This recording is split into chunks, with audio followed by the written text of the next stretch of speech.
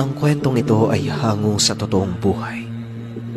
Mula ito sa isa nating kabayan na itago na lang natin sa pangalang Aklas. Taong 1998, Visayas. Ay, sus Maria naman, oo. Ay, bakit? Sobrang mahal ng sibuyas ngayon. Aba, oo nga, no. Ano bang nangyayari dito?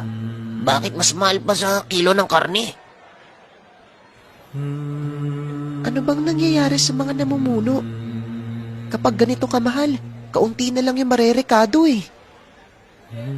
Ang sabi nila, bumaba daw yung supply kaya nagmamahal yung presyo ng sibuyas.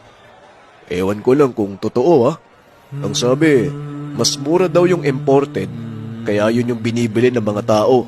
Tumigil ang mga magsasaka dahil doon.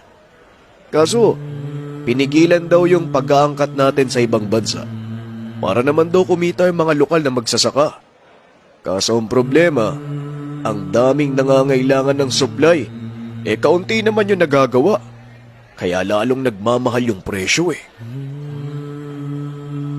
Ay, wag na nga kayo magbigay ng komento.